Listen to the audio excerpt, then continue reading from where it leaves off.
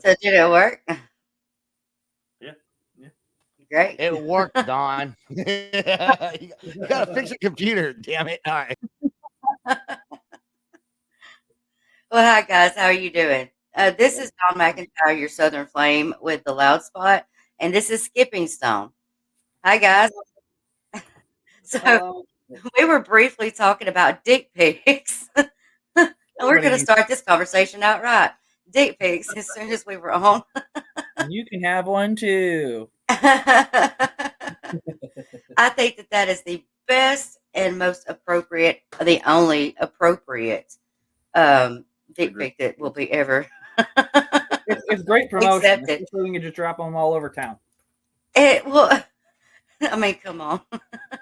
Nobody wants just your random dick pic except for that one. So epic.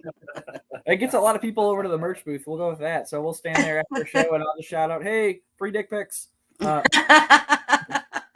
They get very confused, but they definitely understand. Hey, what the hell, Well, see, I was loving the neon ties too. So you guys buy those, and you said how did you do those?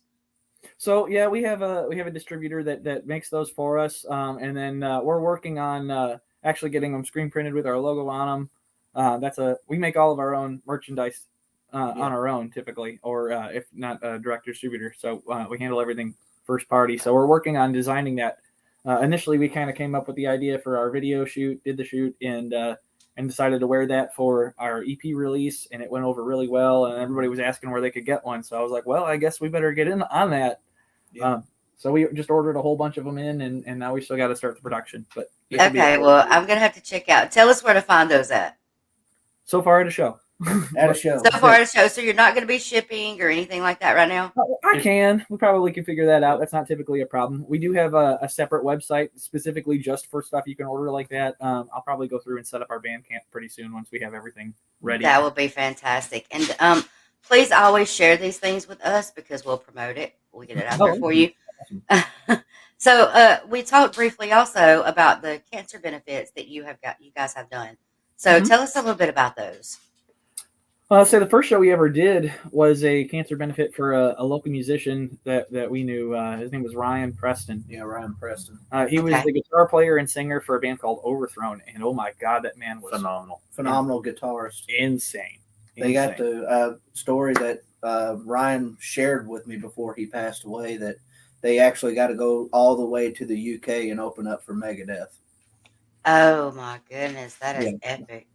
It was wow. We raised what, like $5,000 for him that day. Yeah, it was $5,500 that we raised that day. It was $5,500. It was really good. That went to covering a lot of his treatment for a long time. Unfortunately, he did lose his battle last year.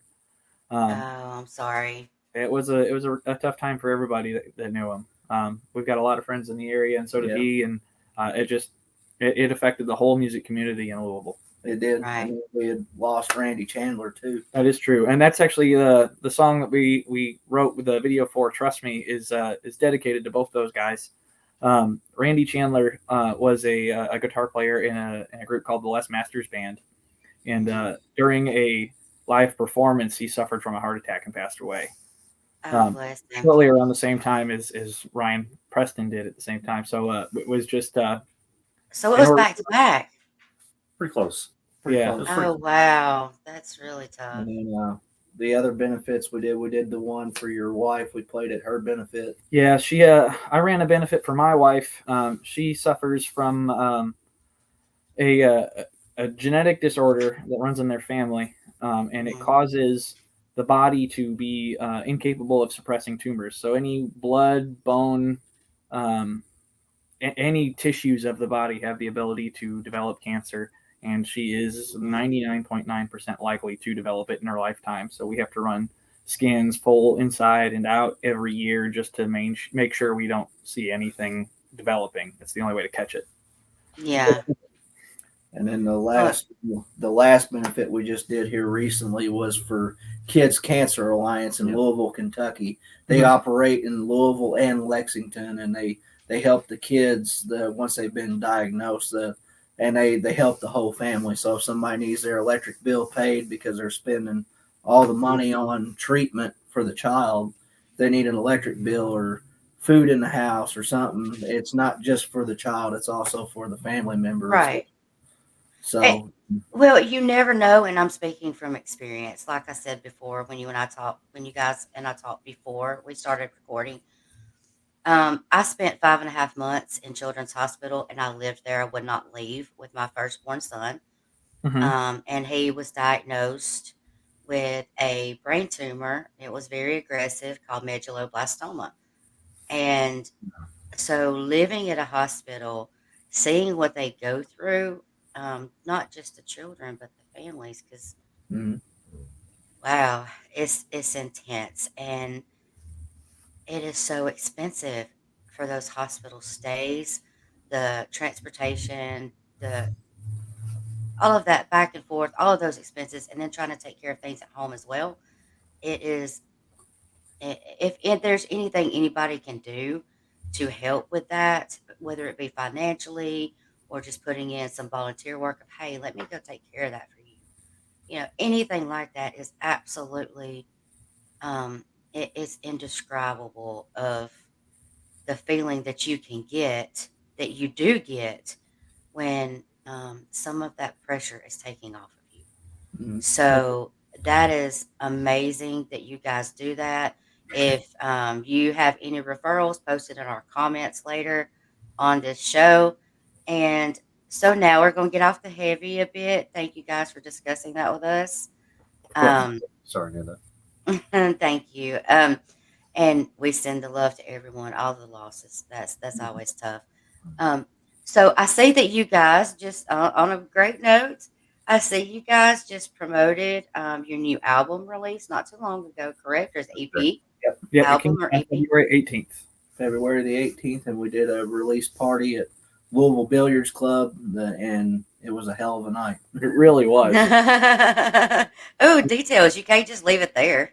Oh man, I mean the crowd was just electric. It was one of the best shows that you'd see for a all original group, an all original act in single night. It was just amazing. I'd say it was packed house. So. It really packed was. house. Fabulous.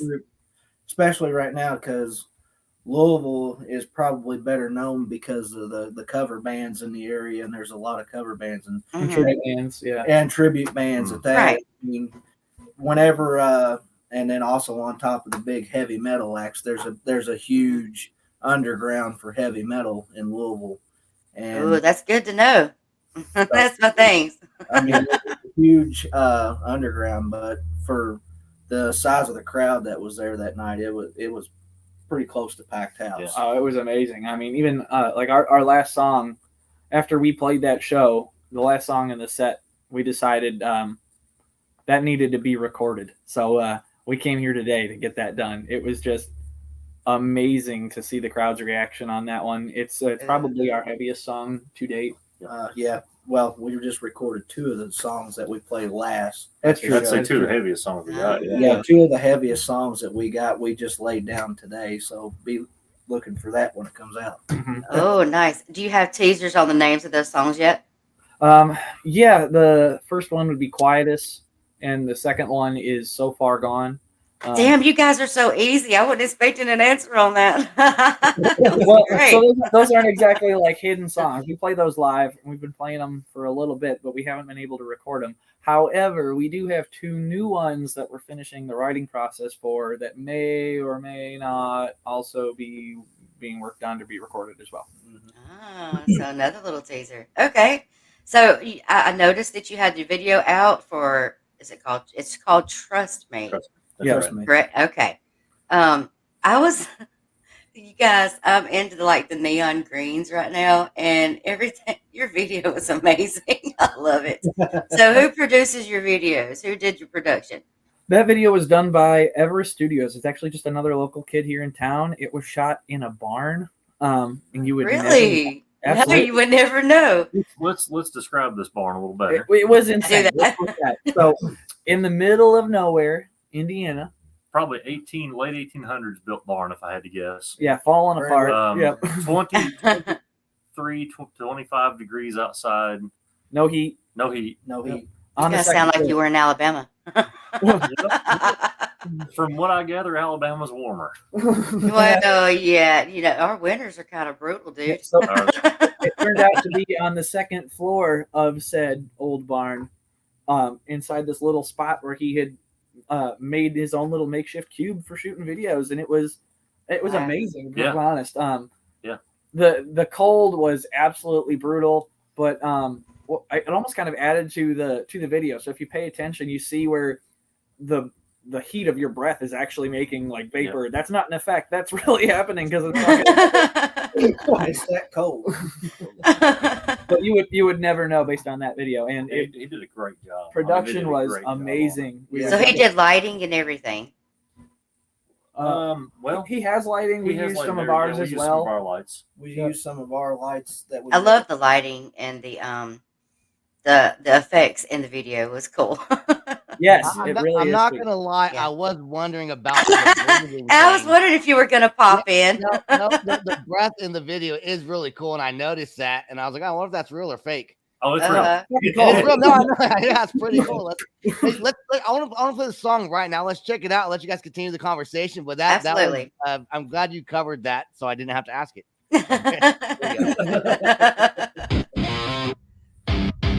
Thank you, producer.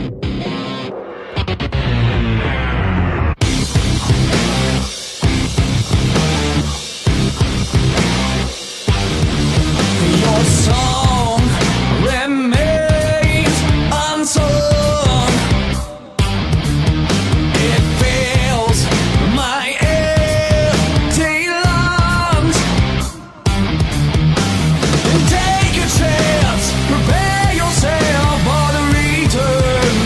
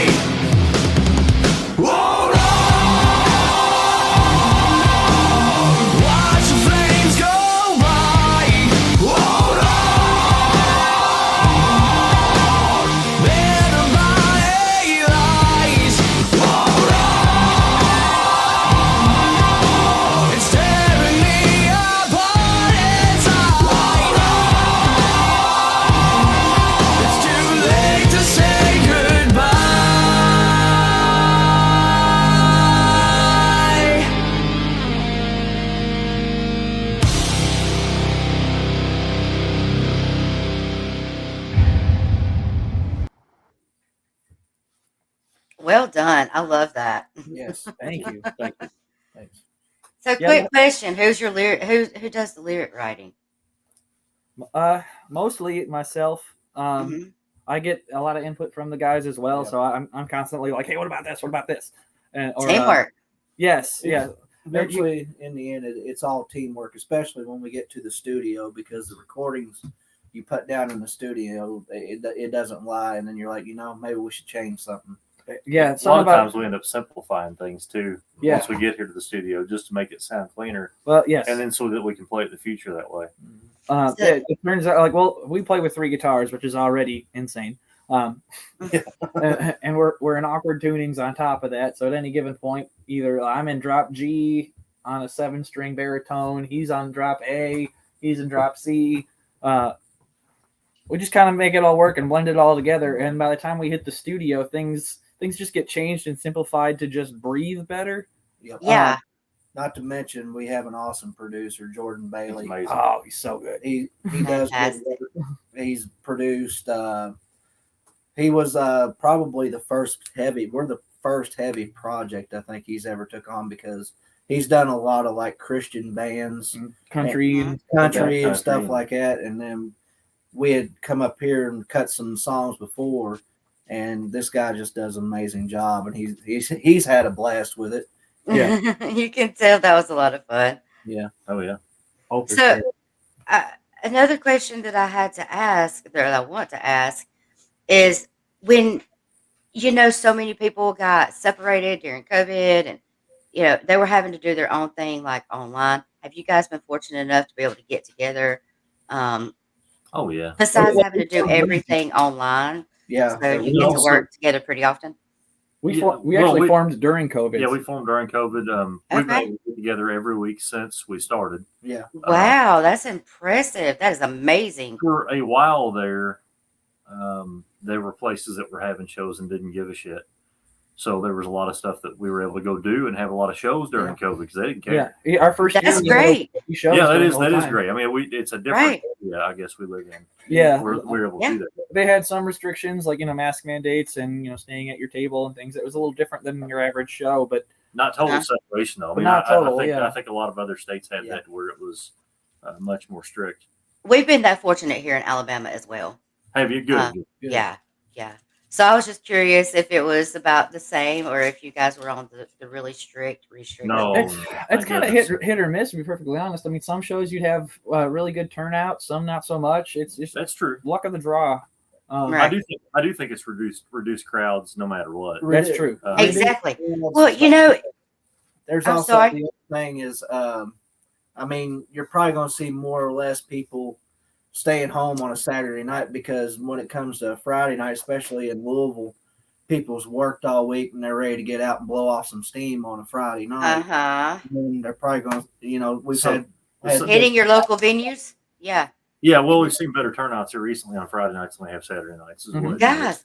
people like Nonpoint, Motionless and White, they're all doing these smaller, I mean, they're doing the festivals and things as well. Yeah. But I have noticed that they're doing the smaller venues. Oh yeah. And getting a packed house and then pulling in all that money versus trying to pack a huge place and having all the restrictions that people may or may not want to come, and or it may get canceled. Where with smaller venues, you actually have a better turnout because people are Sure. like, Yeah, we're over this, Went to saw Non-Point in Indianapolis at the Emerson Theater, and it's one of those smaller venues, and like Yeah. you said, it was Blacktop packed. Mojo's doing the same thing. We- Right. We with Blacktop Mojo. We at opened up Emerson, for yeah. them. Yep. And it was That is the fabulous. same way.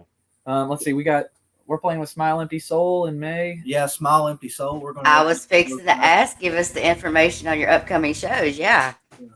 Yeah, we have some good ones coming up. We're not doing as heavy as we did last year. Trying to be a Mhm. little bit more picky, especially because our first year we were just trying anything and everything we could take. Uh-huh. This year we're trying to focus more on things that are outside of hometown. Right. with more nationals. Yes, and more nationals. Last year we played with the Lonely Ones, Blacktop Mojo, Co-op, which is Alice Cooper's son. Uh-huh. Sunflower Dead. Sunflower Dead, yeah. Played with John Corabi, Plush, Kip Winger. Kip Winger. So what made you guys decide to start a band during COVID? Was it just because you needed that outlet, that musical outlet? It's This their fault. guy. It's this guy. Yeah. Probably back in the beginning, I years ago I played in a country band, and now obviously in a much heavier project. Mhm. But years ago I played in a country band, and I'd kind of stepped away from music for a while because we got real close to being signed by Big Machine Records. Wow. And of course, the times had turned around on us, and we was like, well, okay. So I kind of stepped away for a while and swore off music for a while. And then I'd met my latest girlfriend, and she found out that I knew how to play guitar, and I started playing for her. And she was just kind of like, well, I think, and she started pushing me back into it. Oh, that's great when you have that encouragement. So she pushed me back into, my longtime love affair with music, and eventually me and this guy linked up through a mutual friend, and we started jamming together with that mutual friend, and then it kind of morphed, and then we had met Jordan through a Craigslist ad. Craigslist ad. Yeah, it was perfect. It was the musicians wanted. So yeah, I met these guys through a Craigslist ad. They were looking for a bass player and a singer, so I auditioned for both. And they said I could play guitar because I was better at that, which is true. So they added the 3 guitar player. We had Chris on bass for the longest time. He actually just stepped out after the release of the EP. And we gained Pat here. We gained Sitting Pat. with us. Mr. Patrick, he's just off camera. I'm just way over here. Hold on. There's a There guy. I am. There I am Small right there. camera. Hello. Yeah, it's me right here. Hey, something happened. I'm trying to come back. Are you there? There you are right there. Yep. Can you see us? Okay, yeah, something happened in glitch. Okay. That's weird. Yep. Hi.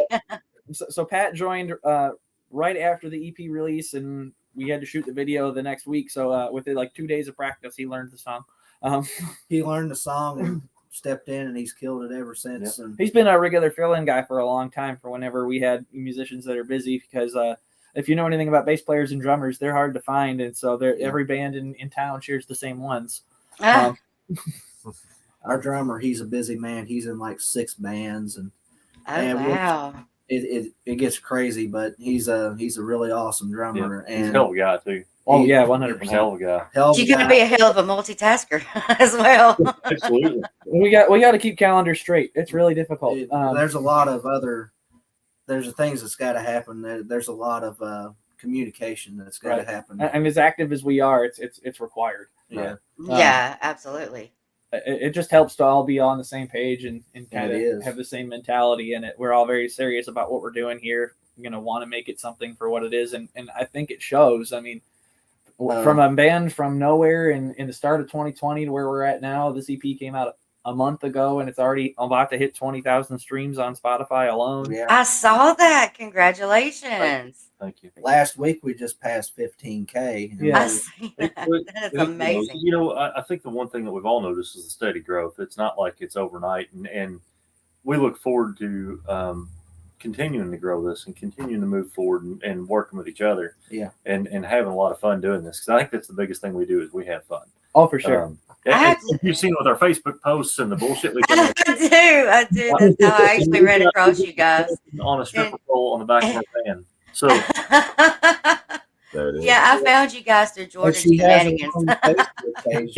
Yeah. Skeleton. Her name's Bona Lisa. She likes to cause some trouble. We get some great comments on that, or people taking pictures with it all the time every time we go to a show.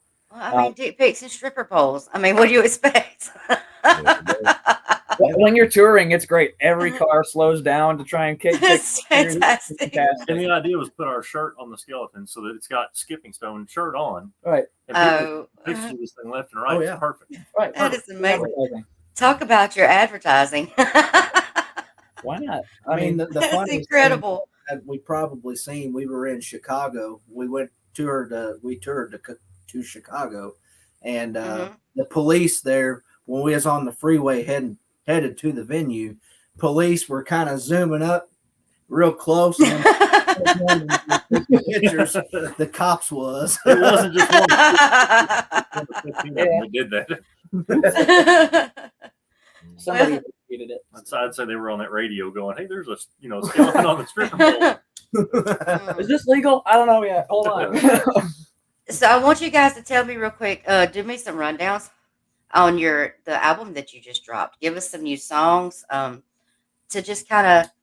I know you just dropped "Trust Me." We just played that video. Amazing, by the way. I Thank you. seen that something else just released as well, right? Not video wise. Not video. It was the audio on Spotify, correct? Oh, the whole EP. The whole EP dropped. Yes. Oh, the whole EP dropped on Spotify. That's so right. Our first song on that EP is called "Monster." Yeah. Uh-huh. I don't know how would you describe that? You had written the lyrics for that one fully, and you. It's an interesting song. It's kind of like talking about changes in yourself over time in understanding the beast that you are and just accepting it. It can be spun either positively or negatively. Just it depends on how you're feeling at the time. The whole goal is just unleash the beast. It's one of our slower but really not slow songs. Yeah. It's a groove. It's a groove. You get into it and it holds its own groove. The ending is just like so chaotic. It's like Queens of the Stone Age on acid but heavier. Unleashing the beast. So what's the There you next thing we got on there? Next would be Is Trust Me. Is Trust Me. Yep. I might grab it. And then third is Never Die, which is seems to be our most popular song. That one accounts for half of our streams. Okay. Personally, it's my favorite one to play. It's got the most trickiest riff out of all of them. It's brutal. Ooh. I made some drummers mad. We went through quite a few drummers with that song. That's true. They would sweat. It counts funny because it starts off normal and then it switches to the offbeats and then it goes right back in, and that's just the main riff. So I tell the drummers, like, pick a beat, stay there, and don't move, and we'll follow you. But when Jose stepped in, it gave that whole song a new life. It was I think he gave all of our songs. that is true. That is true. He's a really technical player. Phenomenal. I mean, he is. I mean, a lot of them. And songs, he does vocals. And he sings as well. I mean, on top of that, coming into the studio and watching him play on this EP, a lot of those songs he played in one take. Yep. He didn't. Wow. Yeah, he didn't. He played them in one shot. That was amazing to watch. That's impressive. It really is. Yeah. It's insane what that man can do. Patrick, I feel like you're creeping back there. I know you're there, but I can't see you. You know what? And that's okay. That's okay. You're here enjoying this whole thing. I'm good. I'm good. He's just the bass player. I'm just a bass player, man. They never recognize a bass player. We are giving you much love, Patrick. I had to call you out back there. Last time we were at a show, normally Tom's girlfriend Amanda comes with and she helps us with the merch booth, but she couldn't be there that time. Uh-huh. So I came up to Pat and I told him, I said, Pat, we're going to promote you to Merch Girl tonight. Yeah, see, you can't buy love like that, okay? You can't do it. You can't do it. What's after Never Die? Yeah, what's after Never Die? Never Die goes to Call Me Daddy. Yeah. Yeah. Oh, yeah. That's Just a interesting. goofy song. It was written intentionally to be funny. So it started off with like a goof on like Crazy Bitch, but like a different version with a really simple riff was the goal, just to make it goofy. And then right at the end, when we were actually in the studio recording that one, Amanda, Tom's girlfriend, we had the funniest idea, and we're like, what if we made this like, a cheap sex joke, wink, wink, nudge, nudge. So she can be heard at the end giving Tom shit. And she's like,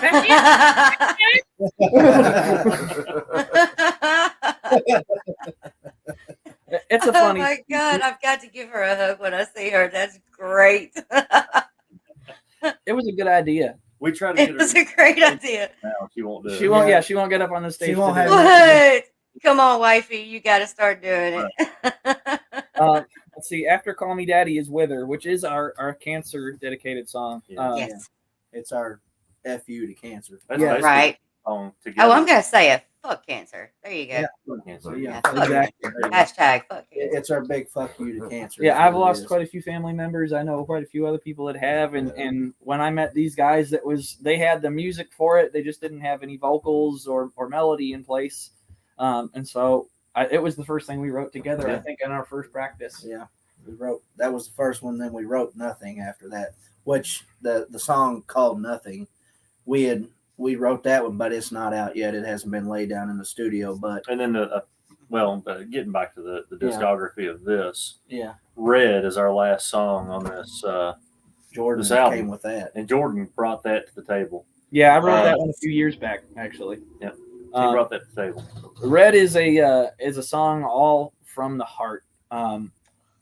It is as a single father, I was I had kids as early as 15 when my daughter was born.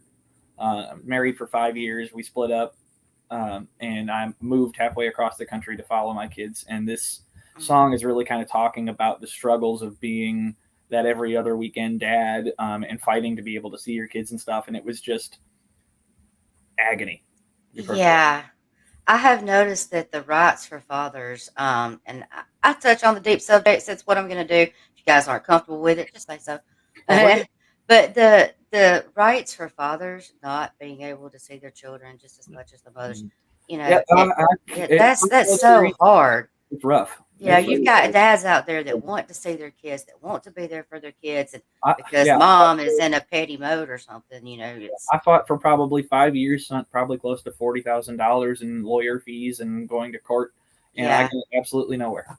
Well, that brings more awareness to that situation, and there is groups out there that actually helps with that. I know personally here in Alabama, we have a couple that does amazing work for fathers' rights. So it's something that does need to be touched on and talked about more, because we have the women's rights, and we have the mother gave birth, but that father helped bring that child into the world too. And there are a lot of dads out here like Jordan that want to be involved with their kids. Right. There's personal conflict with the moms that's getting in the way of that, and that's not right for the kids. It's not right for the families in general. Right. And if people would kind of put down the pettiness for just a minute and look at it and go, okay, you know what? This is not about me. What's best for our child? That's the best thing for these kids. Right. And it's so hard for some people to do, and I don't know why. It is. Co-parenting is not an easy thing to do, but when you are an adult and a parent, then that needs to be made priority, because once you have children, then yourself is kind of put on the back burner. And your kids come first. That is true. I just had another one here. I remarried back in 2019. My wife Erica and I just had our first baby, Rebel. Congratulations! Thanks. She is 4 months old now, and I miss her greatly all the time. I stay very busy with the music stuff, and I really appreciate my wife for all the encouragement that she has and allows me to do all this. I know it takes a lot. It takes a special significant other, wife or girlfriend, to understand, when you're with a musician. And this is like a second job. It really is. It really is. It's a second job. There's some nights that I've come home before, and she already knows that I've got to go to work, and I spend a lot of late nights on the phone with these guys. It takes a lot of work to keep this machine. Well, we also, I would say, we're also always in constant contact with each other, trying to figure out what our next move is, where we're moving to, what we're doing. It's more than just that too. As business partners, we're friends. Right. Exactly. I mean, there's probably nights that we just, instead of talking business, there's just random bullshit shooting dumb each other. Oh yeah, you have to have that though. I mean, right. Be able to blow off the steam. Right. You got to be able to blow off the steam. There, it's the balance. You got to learn how to balance it. Well, here's the thing: if you want a successful partner, then you're gonna have to give them the space to do their thing. That's it. That's important. You give each other your space. Yeah, it goes both ways. You give each other your freedom and space to be yourselves and support each other. So marriage is a teamwork. Marriage is supposed to be teamwork. She had come from a music background. Her dad's a musician, so she really gets it. I mean, that's great. Yeah, my dad always said music was a disease. It runs in the blood. It does. My dad was the lead singer of an 80s hair metal band. My brother is in school for his PhD in musical composition. It's your dad. Yeah. Your dad is a fantastic musician. Phenomenal musician. And my dad, of course, though, he wasn't a musician, but he put it in my blood from an early age with bands like Slayer, Pantera, Mhm. Doc and Motley Crue, stuff like that. So right from the get go, I mean, I was brought up on the hair metal stuff, and as time, Oh, you're 80s baby or 70s, 80s? I was born in '88. Oh, You must think you're 80s real baby. old. No, No, y'all shut up because I was born in 78. Hey, I was born in '88, and then of course, probably from an early age of 5 years old, I can remember back to bands like Def Leppard and uh, Journey being played in the house, and Right. Black Sabbath and stuff. So the I good mean, stuff. the good stuff. The good And stuff. Oh, yeah. I was brought up on that. Of course, my dad never played, so I guess that's where he was like, I guess I'm glad you picked it up. Yeah, He's like, I that is can't play, so amazing. Yeah, that brings back some nostalgia. Well, guys, it is 6:30 and we have to cut it off here. I want you guys to give me your links, your any information you want your fans to know. We're going to get this aired out on Radical Online Oh, Radio. sure, This sure. So our is link at or find us on just about any platform is at Skipping Stone Official for Facebook, Instagram, TikTok. We're all the same there, except for Twitter because they're a pain in the ass and they don't let me do limited characters. So that one's Skipping Stone KY for Kentucky. If you want to find everything in one place, you can either go to our Facebook or you can just go to linktree/Skipping Stone. That's linktr.ee/Skipping Stone, and that puts all of our links in one place, including our web store, merchandise, websites. If you want to keep up on shows, all of our socials, one spot. That is fantastic. And we really appreciate you guys coming on tonight. You us. guys were really, really cool about coming on. I was just like, hey, would you like to? And you're like, yeah, let's do it. Yeah. That was epic. So thank you for coming on. I really appreciate you. Everybody go check them out. Skipping Stone. The new song is Trust Me. And there's the album right there. They gave you all the links. Thank you, Pantheon, for your sponsorship. Everybody go and hit that like and subscribe button on YouTube for us as well. And these guys, you know what to do. Like, subscribe, follow. Peace out. Rock on. Rock on. Much Thank you. love. later. Production guy, where you at? All All right, guys. We'll talk to you soon. Thank you. Thank you. Thank you. Thank you. Bye.